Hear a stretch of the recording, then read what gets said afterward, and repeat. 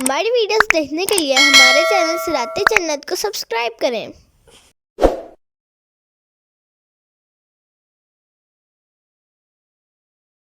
قل يا أيها الذين هادوا إن زعمتم أنكم أولياء لله من دون الناس فتمنوا الموت إن كنتم صادقين۔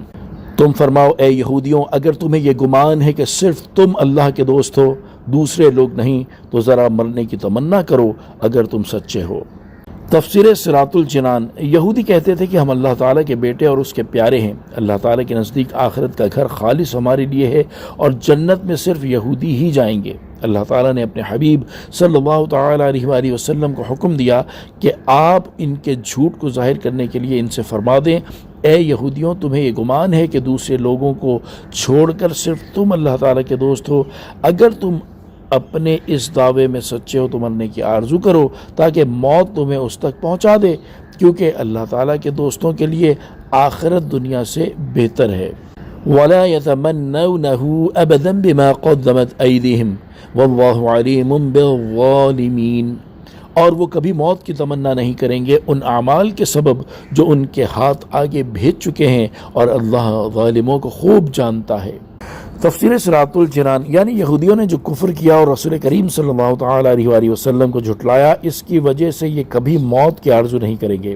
یہ اللہ تعالیٰ کی طرف سے غیب کی خبر تھی جو سچی ثابت ہوئی کہ آیت میں جن یہودیوں کے بارے میں فرمایا گیا کہ یہ کبھی موت کی تمنا نہیں کریں گے، انہوں نے ہرگز موت کی تمنا نہیں کی۔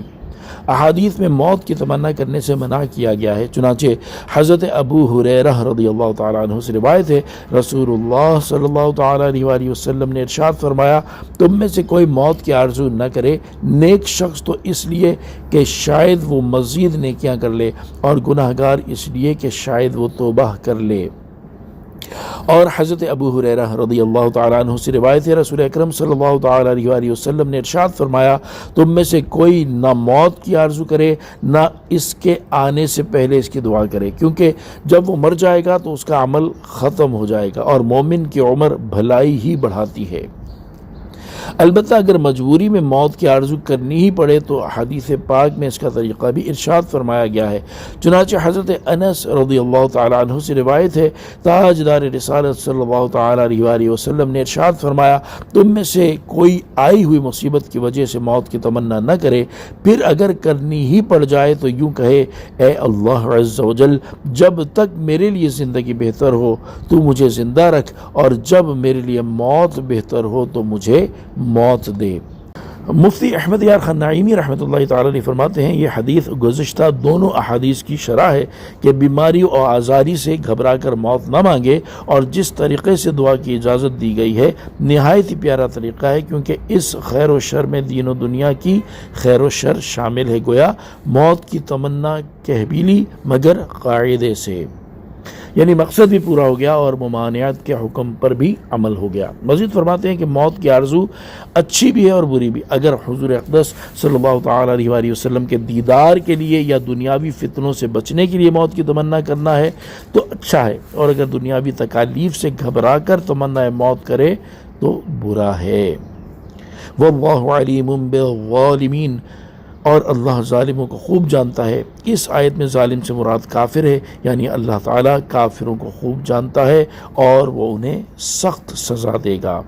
قل ان الموت الذي تفرون منه فانه ملاقيكم ثم تردون الى عالم الغيب والشهادة فينبئكم بما كنتم تعملون۔ تم فرماؤ، بے شک وہ موت جس سے تم بھاگتے ہو پس وہ ضرور تمہیں ملنے والی ہے، پھر تم اس کی طرف پھیرے جاؤ گے جو ہر غیب اور ظاہر کا جاننے والا ہے، پھر وہ تمہیں تمہارے اعمال بتا دے گا۔ تفسیر صراط الجنان۔ یعنی اے حبیب صلی اللہ تعالیٰ علیہ وآلہ وسلم، آپ ان یہودیوں سے فرما دیں، اپنے کفر کے وبال کی وجہ سے تم جس موت سے بھاگتے ہو اس سے کسی طرح نہیں بچ سکتے، بے شک وہ ضرور تمہیں آنے والی ہے، اور یہ بھاگنا تمہیں کوئی نفع نہ دے گا، پھر مرنے کے بعد تم اس اللہ تعالیٰ کی طرف پھیرے جاؤ گے جو ہر غیب اور ظاہر کا جاننے والا ہے، اور اس سے تمہارا کوئی حال چھپا ہوا نہیں ہے۔ پھر وہ تمہیں تمہارے اعمال بتا دے گا کہ تم نے دنیا میں کیا اعمال کیے تھے، اور وہ تمہیں ان اعمال کی سزا دے گا۔ یاد رہے کہ قیامت کے دن لوگوں کو اعمال بتا دیے جانے کی مختلف صورتیں ہوں گی۔ ان میں سے 3 صورتیں اس طرح ہیں۔ نمبر 1، اعمال نامے دکھا کر اعمال بتا دیے جائیں گے، چنانچہ ارشاد باری تعالی ہے۔ ترجمہ: